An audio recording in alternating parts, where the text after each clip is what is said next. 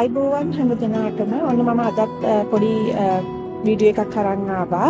මම දන්න දේවල් ටිකක් ඔයාලත් එක්ක ෂෙයා කරගන්න.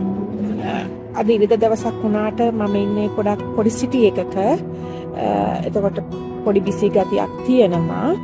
ඉතින් මේ දවස්වල ඕස්ට්‍රේලියාවට autumn එක ඊට පස්සේ වින්ටර් එක එනවා. ඉතින් අලා ඕස්ට්‍රේලියාවට මේ දවස්වල හරි තව ඉස්සරහට ඒ කියන්නේ මාස දෙක තුනකින් වගේ ඕස්ට්‍රේලියාවට එන්න බලාපොරොත්තු වෙනවා නම් ඔයාලා ඉන්නේ සීත කාලයට ලං වෙනවා.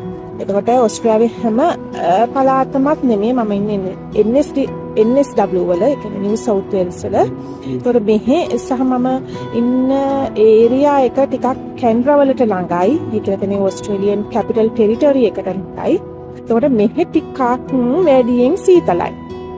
ඉතින් ඔයාලා ලංකාවේ ඉඳලා මෙහෙ එනවනම් මේ දවස්වල හරිය ටිකක් ඉස්සරහට මාස දෙක තුනකට පස්සේ හරිය පොඩක් සීතලට ලෑස්ති වෙලා ඉන්න වෙනවා.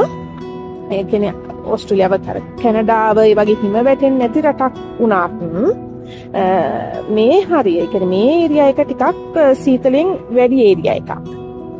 එතකොට ලංකාවේ ඉඳලා එනකොට අපිට හිතෙන්න පුළුවන් ජැකට්ස් අරන් එනවද නැද්ද කියලා. හැබැයි මම හිතන්නේ ලංකාවෙන් අරගෙන එන ජැකට් ඒ කියලා කියන සීතලට අඳින ඇඳුම් මෙහෙට ඔරොත්තු දෙන එකක් නෑ. අපිත් මෙහෙ ආවට පස්සේ මෙහෙන් අලුතින්ම ඇඳුම් ගන්න උනා සීතලට ඔරොත්තු දෙන විදිහට. ඉතින් ඔයාලා පොඩ්ඩක් ඒ ගැන ප්ලෑන් කරගන්න.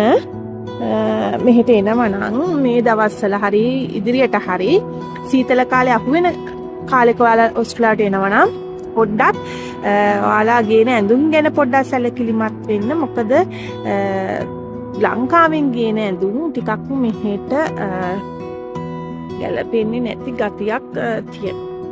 එහෙනම් ආයෙත් අලුත් වීඩියෝ එකකින් පොඩි තොරතුරු ටිකක් ෂෙයා කරගන්න කැමති ඔයාලත් එක්ක. එතෙක් හැමදෙනාටම සුබ දවසක්. ස්තුතියි.